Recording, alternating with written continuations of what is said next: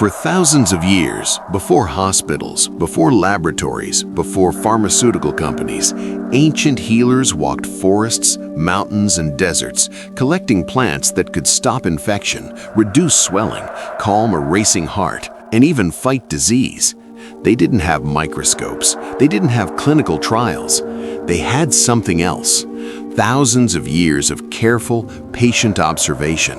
Generation after generation, watching what the earth offered and learning what worked. Modern medicine dismissed them for centuries. Now, scientists are quietly proving that the ancients were right. This is Ancient Lost Vault, and today we open the Healing Earth Vault, uncovering 10 ancient herbs that modern medicine is finally, after all this time, taking seriously.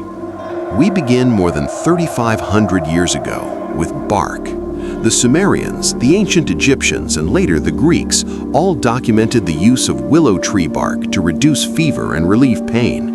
Ancient Egyptian papyri dating back to approximately 1550 BCE record its use explicitly. Hippocrates himself, widely called the father of medicine, recommended willow bark tea to relieve pain and inflammation.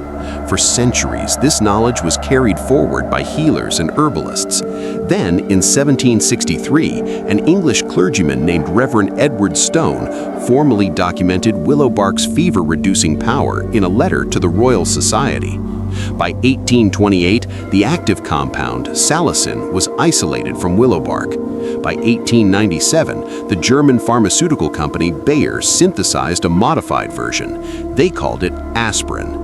Aspirin, derived from white willow bark, is now considered the most widely used pharmaceutical in human history, with an estimated 40,000 metric tons consumed annually worldwide. That began with a piece of bark. That began with ancient wisdom. In ancient China, a plant called qinghao, known in the West as sweet wormwood, had been used to treat intermittent fevers for over 2,000 years. It appeared in a traditional Chinese medical text from around 200 CE. For centuries, nobody outside China took it seriously. Then, in the 1960s, malaria became a global crisis. Chloroquine-resistant strains of the parasite were killing people across Southeast Asia. Scientists around the world tested over 240,000 compounds looking for a cure. Nothing worked. China's government launched Project 523, a secret military scientific mission to find a malaria cure. A scientist named Tu Youyou turned to the ancient texts. In 1971, her team isolated artemisinin from sweet wormwood, an active compound remarkably effective against malaria. The World Health Organization now recommends artemisinin-based combination therapies as the first-line treatment for malaria. In 2013 alone, 392 million treatment courses were procured globally. In 2015, Tu Youyou became the first Chinese woman to win the Nobel Prize in Physiology and Medicine. A 2,000-year-old Chinese herbal text, a Nobel Prize, the same plant. Turmeric has been used in Ayurvedic medicine in India for over 4,000 years as an anti-inflammatory, a digestive aid, and a wound healer. Ancient texts prescribed it for everything from joint pain to infections. Traditional Chinese medicine used it for centuries for blood disorders and liver conditions. Modern science is catching up fast. Almost 7,000 scientific papers on turmeric and almost 20,000 on its active compound, curcumin, have been published in PubMed alone. Curcumin has shown anti-inflammatory properties linked to the reduction of symptoms in arthritis and cardiovascular diseases. Clinical trials have investigated its role in colorectal cancer, pancreatic cancer, and oral leukoplakia, with some results showing statistically significant responses. Curcumin acts on the regulation of various immune modulators and has been shown to downregulate growth factors, protein kinases, and signaling pathways involved in the development of cancer. Important note, researchers are still working to improve curcumin's bioavailability, its ability to be absorbed by the body. The science is promising but ongoing. As with all herbs discussed today, always consult a qualified healthcare professional before using these medicinally. but 4,000 years of use and 20,000 scientific studies, the ancients were on to something real. Garlic, the ancient antibiotic that still outperforms expectations. Garlic has been used medicinally for at least 5,000 years. Ancient Egyptian medical texts, including the Ebers Papyrus, list garlic as a treatment for heart disease, infections, tumors, and parasites. Greek athletes consumed it before competition. Roman soldiers ate it for strength and endurance. Modern science has validated what the ancients knew instinctively. Garlic contains allicin, a powerful sulfur compound with demonstrated antimicrobial, antifungal, and antiviral properties. Studies have shown garlic offers therapeutic effects, including anti-inflammatory, antioxidant, and antimicrobial properties, showing positive results in managing cardiovascular disease and diabetes. Garlic has been studied extensively for its cardiovascular benefits, supporting blood pressure reduction and cholesterol management. 5,000 years, one vegetable, and science keeps confirming what ancient healers already knew. Before we continue, if this is the kind of knowledge you've been looking for, knowledge that time tried to bury and science is just now discovering, you're in the right place. Subscribe to Ancient Lost Vault right now. Hit the notification bell so you never miss what we uncover next. We are just getting started, and the vault goes much deeper. Now, back to the herbs. Ashwagandha, the 3,000-year-old stress cure that modern neuroscience confirms. Ashwagandha has been a cornerstone of Ayurvedic medicine in India for over 3,000 years. Ancient texts describe it as a rasayana, a rejuvenating herb for longevity, vitality, and the calming of an anxious mind. Modern clinical trials are now confirming those ancient claims with remarkable precision. Studies have demonstrated that ashwagandha aids in managing stress through immune modulation and stress reduction. A landmark, double-blind, randomized, placebo-controlled clinical trial found that participants taking a high-concentration ashwagandha root extract showed significantly reduced levels of stress, anxiety, and the stress hormone cortisol compared to the placebo group. Ashwagandha is now one of the fastest-growing herbal supplements in the world, widely studied for its adaptogenic properties, meaning it helps the body physically adapt to stress on a hormonal level. 3,000 years of Ayurvedic medicine, now validated in double-blind clinical trials. Herb number 6, ginger, the ancient digestive healer that modern science cannot ignore. Ginger has been used medicinally in Asia, India, and the Arab world for over 5,000 years.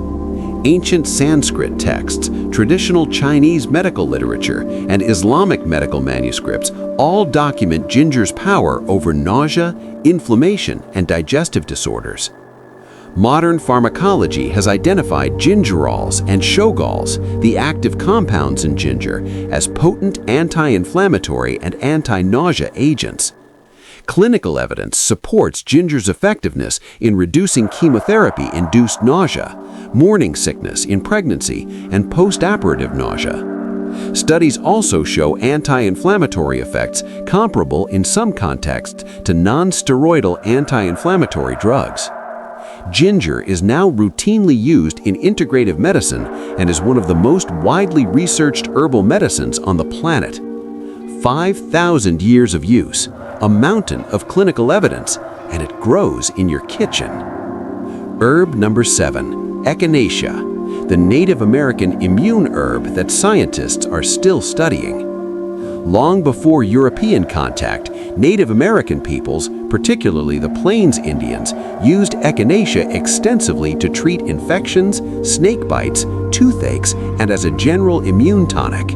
It was one of the most widely used medicinal plants in North America for centuries. European settlers observed these practices, and by the early 1900s, echinacea had become a mainstream herbal remedy across the United States and Europe. Echinacea has demonstrated effects, including immune modulation in herbal medicine research. Multiple clinical studies and Cochrane reviews have examined echinacea for the prevention and treatment of upper respiratory infections, with several showing modest reductions in the severity and duration of the common cold. the science is still evolving. Different species and preparations of echinacea produce different results, and more large-scale standardized trials are needed. But what is clear is that Native American healers identified an immunologically active plant centuries before Western medicine had any concept of immune function. Herb number 8, Ginkgo biloba, the living fossil with brain-protecting properties. Ginkgo biloba is extraordinary for a reason beyond its medicine. It is one of the oldest living tree species on Earth, unchanged for over 200 million years. It survived the ice ages. It survived the atomic bomb dropped on Hiroshima. 6 ginkgo trees near the blast zone survived and were among the first living things to regrow. In traditional Chinese medicine, ginkgo has been used for over 2,000 years to treat respiratory conditions, improve blood flow, and sharpen mental clarity. Ginkgo biloba has demonstrated antioxidant and vasoactive properties, as well as clinical benefits in conditions such as ischemia, epilepsy, and peripheral nerve damage, and is studied as a potential cognitive enhancer. Today, standardized ginkgo biloba extract is one of the most studied herbal medicines in the world, researched extensively for age-related cognitive decline, dementia, and circulation disorders. Clinical trials have shown improvements in memory and cognitive function in certain patient populations. A 200-million-year-old tree, still teaching us something new. Herb number 9, moringa, the ancient African and Asian superfood that science is racing to understand. Called the tree of life in parts of Africa and Asia, Moringa oleifera has been used in traditional Ayurvedic medicine for over 4,000 years and has been a staple of traditional African healing for centuries. Ancient practitioners used its leaves, seeds, bark, and roots to treat malnutrition, inflammation, infections, and diabetes. Modern nutritional science has revealed why. Medicinal plants like moringa continue to serve as vital sources of structurally diverse bioactive compounds with broad therapeutic potential. Moringa leaves contain over 90 different nutrients and phytochemicals, including vitamins A, C, and E, calcium, potassium, and all essential amino acids, making it one of the most nutritionally complete plants ever studied. Research is currently investigating moringa for anti-diabetic, anti-inflammatory, and antimicrobial applications, with studies showing promising results in reducing blood sugar levels and fighting certain bacterial infections. Ancient healers called it the tree of life. After 4,000 years, they still haven't been proven wrong. Herb number 10, Artemisia, African wormwood, the ancient African healer that still guards entire populations. Across sub-Saharan Africa, Artemisia afra, African wormwood, has been used as medicine for thousands of years. Traditional healers used it to treat coughs, fever, malaria, intestinal parasites, and respiratory infections. It is one of the oldest and most widely used medicinal plants on the African continent. Traditional medicine systems embody sophisticated knowledge developed through millennia of careful observation.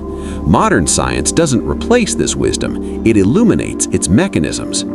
Artemisia afra is currently being studied by researchers in South Africa, Zimbabwe, and internationally for its antimicrobial, antiparasitic, and immune-stimulating properties. Some studies suggest compounds in Artemisia afra may contribute to the control of malaria in regions where pharmaceutical access is limited. While the science on African wormwood continues to develop, its centuries of documented healing use in indigenous communities represents exactly the kind of knowledge that ancient Lost Vault was built to preserve and share. We are building a vault of this knowledge, herb by herb, civilization by civilization, discovery by discovery. If this episode opened a door for you, share it with someone who needs to see it. Drop the word herb in the comments if you want us to go deeper on any of these plants in a future episode. Your comment tells us exactly what to unlock next. For thousands of years, ancient peoples walked this earth knowing something we forgot. They knew that the forest was a pharmacy, that the garden was a medicine chest, that the bark of a tree, the root of a plant, the leaf of an herb could do what no synthetic compound could fully replicate: heal the body the way nature intended. Modern medicine spent centuries turning away from that knowledge. Now, slowly, carefully, it is turning back. There has been a resurgence in interest in herbal medicine due to growing concerns over the side effects of synthetic drugs, increasing cases of antibiotic resistance, and the increasing demand for traditional healing knowledge worldwide. The earth never stopped offering what we need. We just stopped listening. This is the ancient lost vault, and we are just getting started. Lost to history, found by us. If this video gave you something, knowledge, curiosity, a connection to something ancient and real, subscribe to Ancient Lost Vault right now. Every week, we open a new part of the vault: ancient agriculture, lost civilizations, extinct creatures, forgotten survival techniques, the knowledge time tried to bury. It's all here, and it's all waiting for you. Hit subscribe, hit the bell, and we'll see you in the next one. Lost to history, found by us.